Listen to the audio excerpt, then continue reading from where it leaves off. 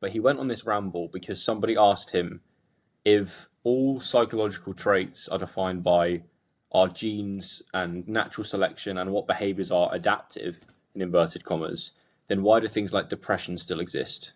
Which is like, a reasonable argument. And this was his answer to the question. So he said, all things, all traits and all behaviors have a level of costs and a level of benefits to your survival and reproduction, looking at it from this evolutionary perspective. He said a trait will persist in a species, in a population, if its benefits outweigh its costs, right? But that doesn't mean that the costs are zero.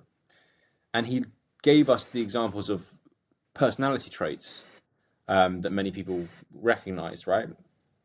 So, for example, openness to experience is seen for the most part as a positive trait, stereotypically. We associate it with creativity, and it's also highly correlated with sexual attraction and sort of open-mindedness and things like this.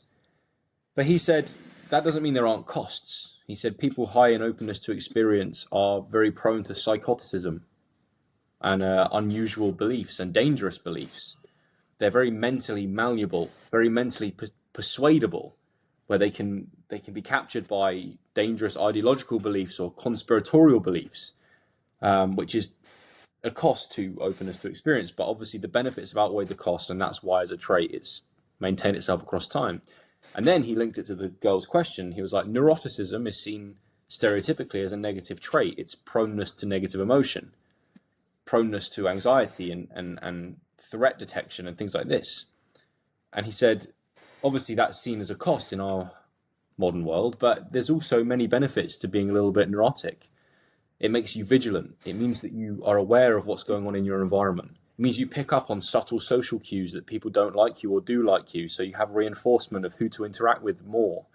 You're aware of someone if they might be doing you wrong or that a situation is dangerous. And yes, sometimes people are too high in neuroticism, which can be a cost. There's the costs of proneness to depression and all those kind of things, which is an exact link to the girl's question of why it still exists. But because neuroticism on the whole has more benefits than costs, that's why it still exists. And that's why you get people that have clinical depression or people that are too high in or people that are very high in neuroticism, is because it's not like a set trait. There's obviously a spectrum where people have more or less of it, and there are some costs to things. And then he went on to say something along these lines, and I kind of expanded it to then go, right, what's the functional utility of thinking about this idea for our wider life? And that's that if anyone proposes a way of thinking, a way of feeling, a way of believing, a way of behaving in our lives, that is 100% beneficial and is the way to live, the way to think, the way to believe, the way to act, then they're lying, or they're trying to persuade you to, buy their course or adopt their belief system. Because the reality is, everything in life is a trade-off. The things you desire, the things you aim for, the things you strive to do, all your beliefs, all the things you think about all the time, the people you spend your time with, it's all trade-offs. By doing one thing, by definition, you sacrifice the opportunity to do other things. Even if the thing you picked was good, right? There's always going to be a trade-off. Kind of what we talked about in an episode recently as well, about ambition blinding you to real reality. You pick a goal that you want to strive towards, but the trade-off of that is you miss so many other goals that you could be pursuing, or so many other things in your reality that could be noticed. And so the functional utility is understanding that this is the case. This is a law of the universe. And also then that there is no optimal way to approach life. We shouldn't spend our time trying to figure out and grasp what's the ideal way to think, an ideal way to act. The reality is there is trade-offs to everything. And that's something we can't get past. And so we should just embrace it and move with it. So, yeah, I think I addressed everything I wanted. I like that. So from my understanding, as we've evolved, our brains had mutations which theoretically make us better at surviving. But whilst those mutations happen, there have been some traits that have developed as a byproduct. And we normally think of trade-offs as in life decisions and stuff, but this is something that's actually in our biology and psychology. Mm. There's probably like some biological things, like there's probably a trade-off to being strong, that we don't think of. And the it ties into a lot of things that you've been speaking about how you don't like the word should, and how you should only take advice from two types of people. And it's it's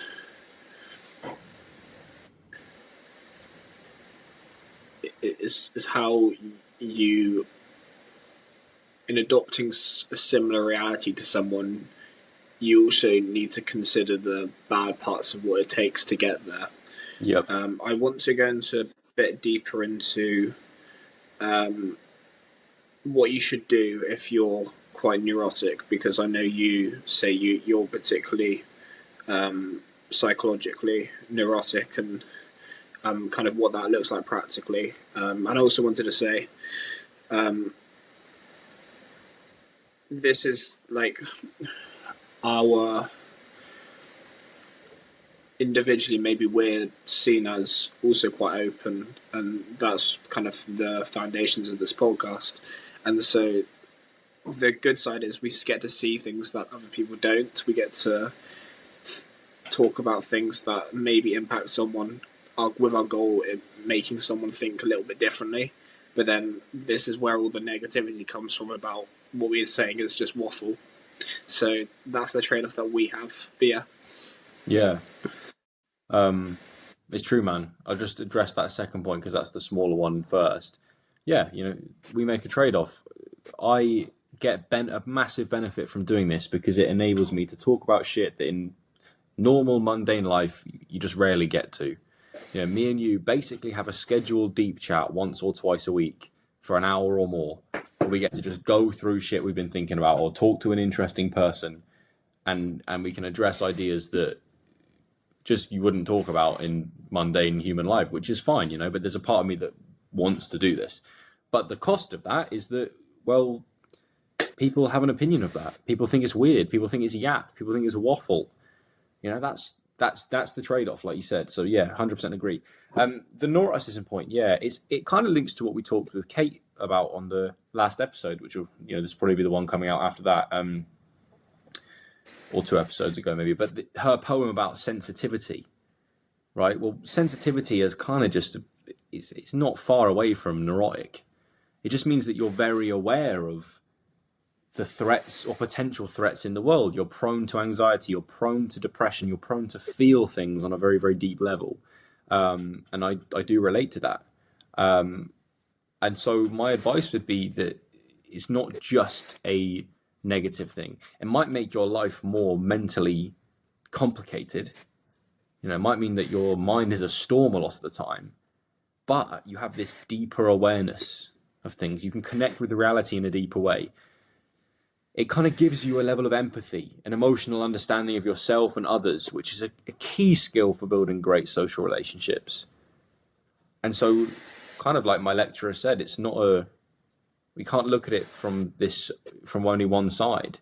I reckon a lot of the great, think about it. I guess it's a common thing that I've talked about with different people across my life, but the best musicians, for example, are people that have made music out of pain. I listened to a song like Make You Feel My Love by Adele, right? She wrote that when she was 19.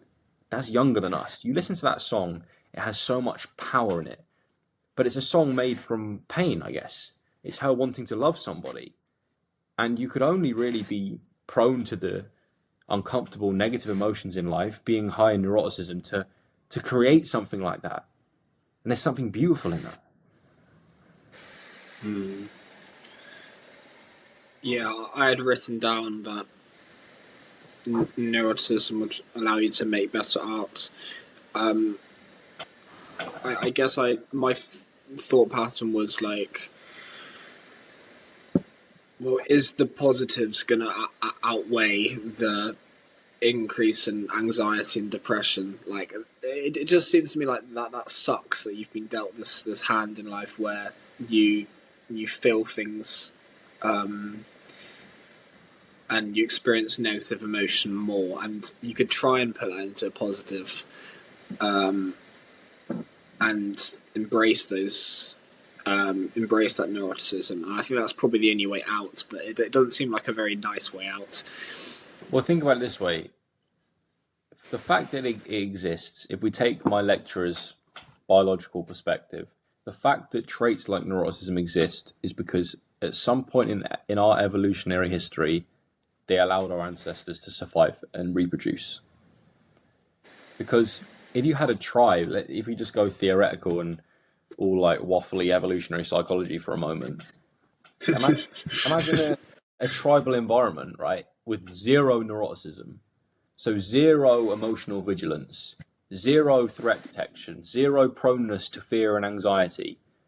Well, they're just going to die because they're not going to make smart decisions. They're not going to consider the potential threats in an environment. They're not going to be more emotionally aware of their tribe mates, and there's not going to be as sophisticated social dynamics, which we know is one of the key factors of our human culture becoming what it has become. And so you need it. You need to feel things. You need to. Now, you might have it in a greater dose, and that's the hand you've been dealt in life, and it might mean that you face certain issues more than other people, and you feel things more deeply. Okay, we can moan about that if you want. But it's something that provided our ancestors with value.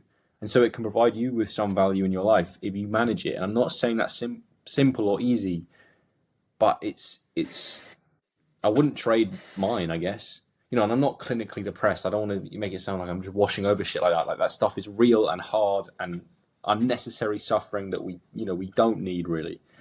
But if you're just somebody that's more sensitive and feels things more deeply, that means you have a different connection to reality than other people. And that's something to celebrate, I guess.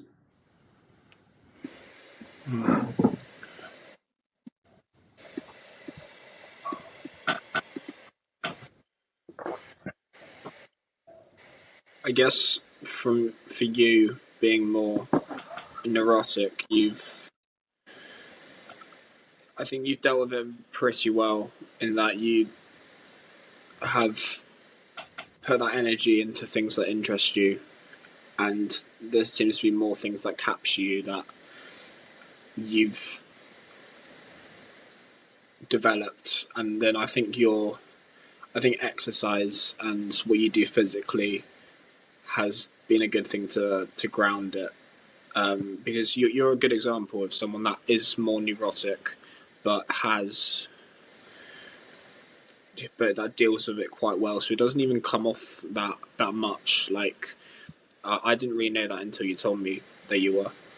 Well, think about it this way, right? One thing that lecturer said was that neuroticism is also something that really contributes to our level of competitiveness, because you have to be very painfully aware of your position in a social hierarchy. And that requires a level of neuroticism, a level of emotional vigilance to understand where you are in things. And so without that, you can't really be a truly competitive person. And I think about it and I go, okay, I really don't like the fact that in sporting contexts, I feel insufficient a lot of the time around others. And I still face that problem in my sporting world and sporting career now. And it's something that I have to, it's a dragon I have to take on a weekly basis. But I go, without that, if I always was confident in my position in every environment, would I train as hard as I do? Well, no, I wouldn't. So it's because I'm so sensitive to other people's opinions, perhaps, if I don't do the self-work to process that, and because I'm so sensitive to my position in a social hierarchy and how that affects my emotions, that's why I've trained and I can stick to such a regimented routine and stuff, because it makes me sort of competitive to keep myself in a good position in these situations and avoid those emotions. So, the good things in your life, the things that you're grateful for, are always the other side of the things you resent and wish you could change about yourself. You're not somebody where you can mix and match and change things. The best parts of you are the other side of the worst parts of you in a lot of cases. So that's why it's all a trade-off. This might link in nicely to the intellectual versus emotional self. Tell me about that. Yeah, so let's see where this goes because this is something I was writing about this morning, and I'll just see how vulnerable I want to get, and we'll just roll with it, right? But I was listening to um, Alander Botton on Modern Wisdom, and him and Chris Williamson talked about this idea of knowing oneself intellectually and knowing oneself emotionally, and how that is two very different things.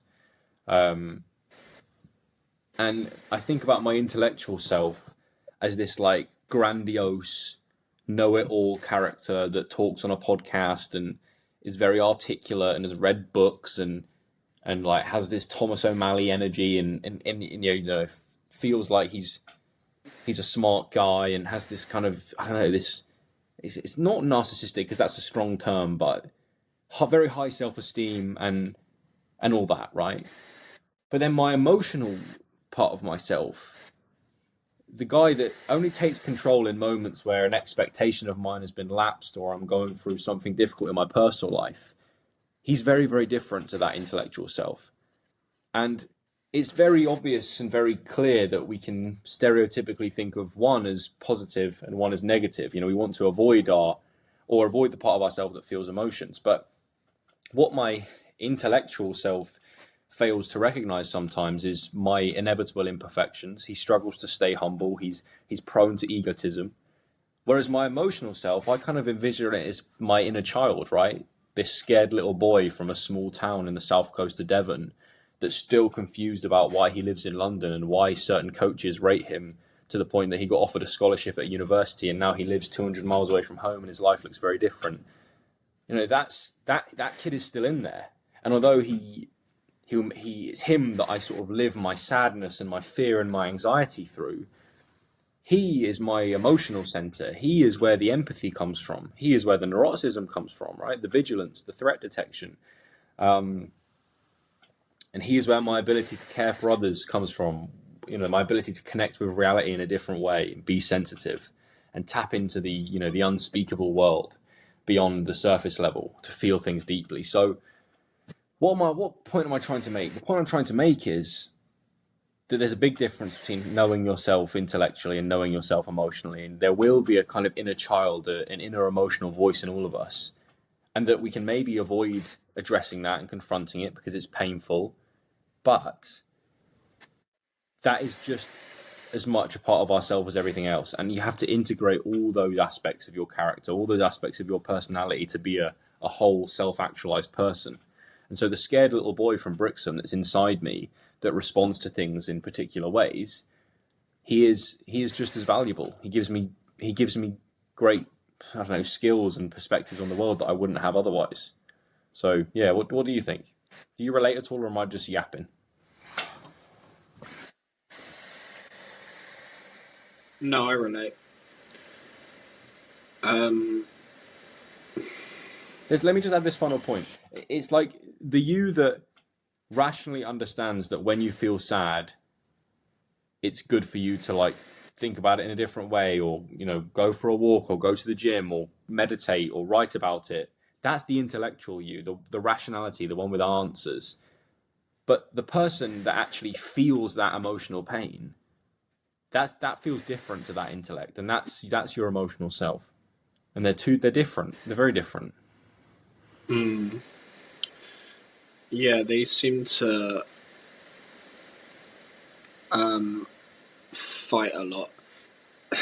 it Maybe it's like the intellectual one kind of knows your capacity and sets the expectation, and then the emotional one is the one that goes through and deals with it and actually feels things the way that they do and perceive things the way they do, and it doesn't end up satisfying the intellectual mind.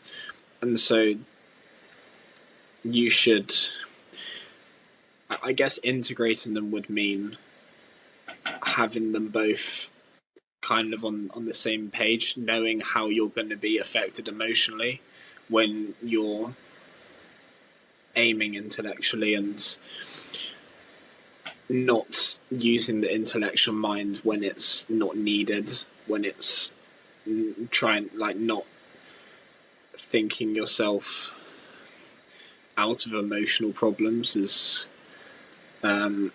is something that's talked about on modern wisdom of how that doesn't really work, and with your you kind of explained it to me recently of how going for a sauna was really beneficial to solve your problems rather than just letting your thoughts spiral and into overthinking. And overthinking is something that, yeah, a lot of people definitely struggle with. Like, it's huge problem for adolescents. Yeah, yeah. Getting out of your own brain is helpful. I mean, yeah, the best way to change how you feel is not to think. God, I mean, it's probably the worst thing you can do is keep thinking about it, especially something you can't change, because your thoughts can't affect reality. You know, they can't change what you said to somebody. They can't change who you are. I mean, I guess they can change who you are over a long period of time, but they can't change, the fabric of you and your world, as much as, some people would like to think that. So yeah, it's The, interesting. Go on. the intellectuals, the emotional side of the brain's like, oh, but you don't understand. And the intellectual side of the brain's like, bang, bam, bam, it's done. Yeah, and the intellectual part of the mind, he deceives himself into thinking he does understand, but he doesn't, because he's not the one that Yeah. feels. He's not the one that feels the feelings. You know, it's like he's offering the emotional self solutions for things that he doesn't actually know, and it's only the inner child or our vulnerability that feels those things so deeply. It's interesting. I mean, I must sound like a crazy person when I talk like this. I don't know, but I feel like people could relate to that. There is two parts of you. There's the part of you that's aware of how you're feeling, and there's the part of you that's feeling it. And I feel like there is a distinction there. And maybe some people don't know how they're feeling. Like their intellectual brain isn't really tapped into knowing how they're feeling. Mm. And they develop coping mechanisms that satisfy the thinking mind, but really all they're doing is procrastinating and avoiding the feelings they need to feel. I know I'm a big victim of that. Blimey. Why am I so The interested? escaping. Why am I so interested in psychology, Jacob? Maybe it's because I'm trying to figure out what the fuck's going on in my brain. And I've been doing that for the last 4 years, and I'm still doing that. Just trying to keep this in check, just keep this stable. You know? Maybe. I don't know. It's interesting to look at yourself that way. Well, you've made progress. Yeah, and maybe you are so ensconced in this kind of business world and trying to develop financially because your emotional self hates the fact that like you're broke and that makes you somewhere deep inside you not feel good enough. Maybe. We don't like to address these things and these questions because they question our motivations behind all the things we do. They make us vulnerable, but I think they're good questions to ask. Yeah, I mean, being growing up comfortably, you don't, and kind of living to optimize happiness. It doesn't understand not growing up without money. Um, so yeah, I'd agree.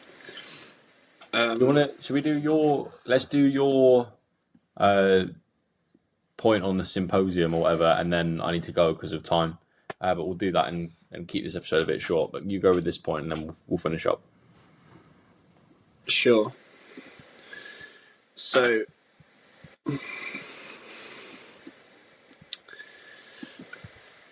I read the Symposium and it was difficult, but I got a decent amount from it. And then I've looked into it a lot more since then and finally kind of grasped the kind of arguments. And it's more than a book. It genuinely is a work of art. It's like it's just such a nice scene of these all these like very wise, they're not all philosophers, but these wise people meeting for a dinner party, and they all give a speech one by one on what they think love is. So I thought I'd summarize all the speeches, and I'd get both our thoughts on which one we agree with most. So yeah, the question they're asking is, what is love? And you'll see some common themes in these speeches. There are some that disagree with parts of others. They tend to build on each other as they go. But yeah, I'll get started. So the first speech is from a guy called Phaedrus, and his fundamental point is how love is a god, and he looks at love quite actionably, of like, in the world we live in, it's a motivator. So how he used the example of loads of men going to war, and they do that because of love for their country, for their community, for their family, and this is what's referred to as a silver soul argument. So Plato often talks about three souls. One, the bronze being the animal, the silver. Can I remember this?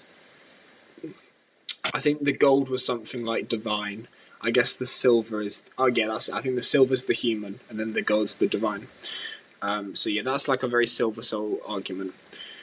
And then the next speech is from Pausanias, and he agrees with Phaedrus that love is a god, and he introduces this, how love plays on the other emotions and how it basically connects them and finds harmony with all these conflicting emotions inside of us.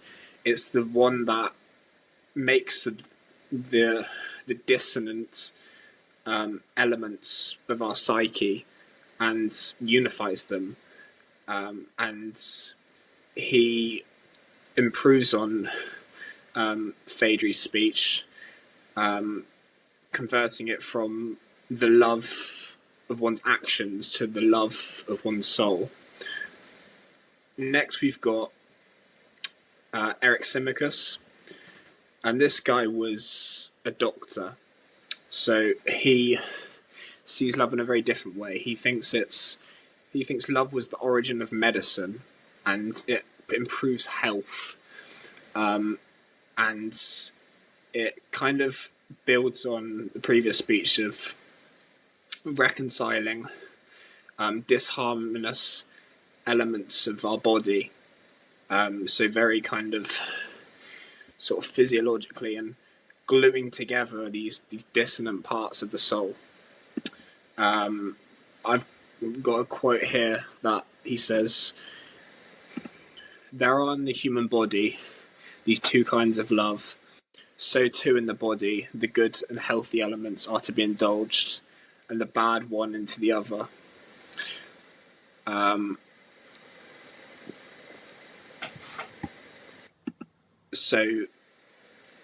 Wait, let me repeat that.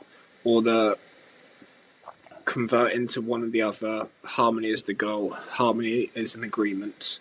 So it's this sort of comparison to health and to. I think he also references food and medicine quite a lot. Then we've got Aristophanes, which he's a personal favourite of mine.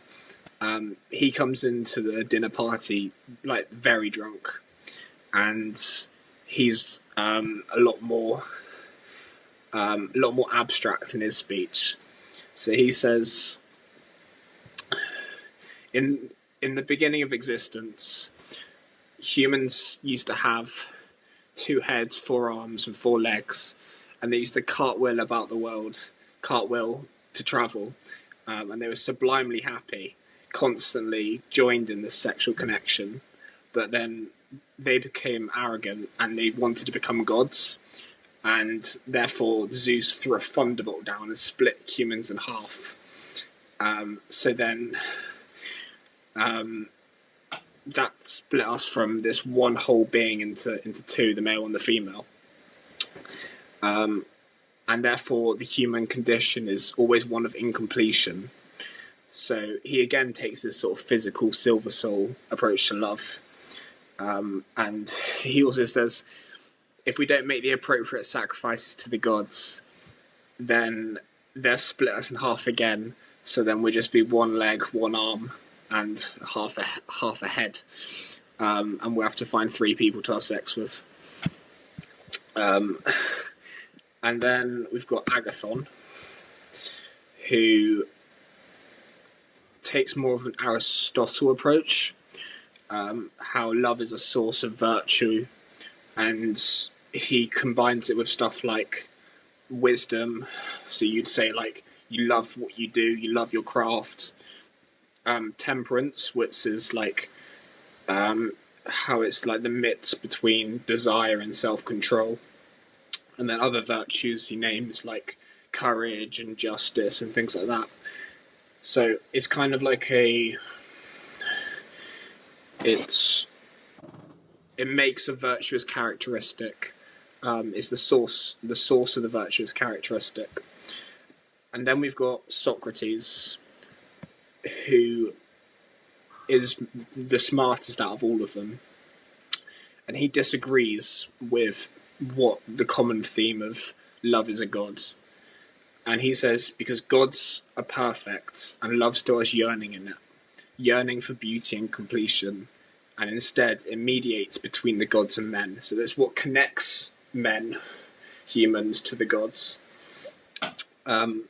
Love is a spirit that connects heaven and earth. Love is a union of souls, an attempt to create something permanent amongst the change of human life. Love is the yearning for eternity, the long for immortality. So it's like, I think the immortality thing's quite important. Of you don't want it to stop. You don't want this dance to ever stop. You can keep going forever. And then the last one is by Alcibiades. I think that's how you pronounce it. I don't know. Who storms in drunk. Oh no. He doesn't give a speech. I think he tries to give a speech, and I think he's too drunk. And he storms in. He tells Socrates that he loves him. Socrates says no because Alcibiades has a beautiful body but an ugly soul. Ooh. And he's like, I can't believe you guys are all sober. Let's get drunk. And then Socrates basically spends a lot of time trying to disagree with people and bring them up to this level of purity and divinity. And so then the whole room in the whole room has a choice. Do they go to this animalistic hedonism, or do they stick to Socrates' purity?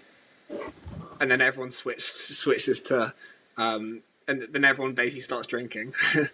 And the irony is how Socrates drinks heavier than everyone. So it kind of ends on like a tragic note. Of that's I guess that last bit's an interesting point about human nature. But yeah, out of what I've said, what sort of points do you agree with most? And yeah, what's your thoughts? Well, firstly, what is worse to have said to you than you have you have a beautiful body but an ugly soul? Oof, that's got to kill. That's got to kill at this level. But now, on a serious point, so yeah, I like it. I think the one that resonated most with me is probably the Socrates point, because I was agreeing along the lines of, you know, love being a divine being in a way, or being a god, or it could be personified in that way. But then when he said that it has imperfections to it and gods don't, making it not a god, I do also agree with that. And what I was thinking while you were talking before we got to Socrates was that, to me, love is the spirit that possesses you when you do the right thing for people, for yourself, for your environment, for your mission in life. You can do it out of love. You can do it through that spirit. And Socrates' point that it connects you to the gods and brings heaven to earth, I think is very true. If you do something out of love, it is fundamentally good, because you can't do something evil out of love. Maybe you feel like you're doing it out of love, but it's evil. It's fundamentally the opposite of love. Whereas if you can live your whole life through love, you can flirt with the world, you can have good intentions in your actions, you can do the best for people around you, including yourself, and look after your environment and look after your community, then you are possessed by the spirit of love, and you are connecting to the divine and the transcendental, and bringing forth heaven onto the earthly plane. I think that's the best way of thinking about it. What do you think? I think all of them have a bit of truth in them, and I think I like Eric Simicus's point about it being like a healing ability, that like how kind of laughter is the best medicine, along those lines of how love can really kind of make things better. And I think the common theme of it making something dissonant harmonious is very true. I connected with Euryximachus's quite a lot, and Socrates, because I mean he's always the most rational in all of Plato's dialogues, so he kind of makes all the reader agree with him, whatever. But I like the Aristophanes' experimental thoughts, which would kind of explain soulmates. And I mean, it's true about how we always have this craving. I don't think he probably hasn't got it exactly right with human beings used to be just male and female combined, but it is the source of human suffering, is craving. So we're just trying to be complete always. Well, life contains a lot of suffering, right? And a good degree of it is unnecessary or outside of your control, or inflicted upon you by forces outside of you. But what's the antidote to that? Well, you get to love. You get to find what you love doing. You get to find people you love. You get to create a connection with yourself, and cultivate self-love and love your environment, and that's the counterweight to all the pain in the world and all the pain you'll experience. You get to do things out of love. You get to create love, if you believe in it, and if you have faith in it, and if you try and do the right thing. And maybe that's the best argument we've got into why the suffering of life is worth enduring, and why the meaninglessness and the nihilism that one can invest in can be broken down. Because name something more meaningful than the experience of being in love with something, with someone, with some activity. It's all encompassing. It transforms your whole reality. So that's why heaven and earth are mental states, and maybe the state of suffering brings hell to earth. But on the flip side of that, pursuing love in all its forms brings heaven to earth. I think Socrates is right how love isn't a god. They refer to it constantly in Symposium as Euros, who I think is a Greek god. It's one of the Greek gods, and that's because I think it's like a category. It's something as powerful as a god, but it's in its own category. I think. I don't think you could see its sense as like a form of a god, but that one of those like very top kind of themes of human experience. They're kind of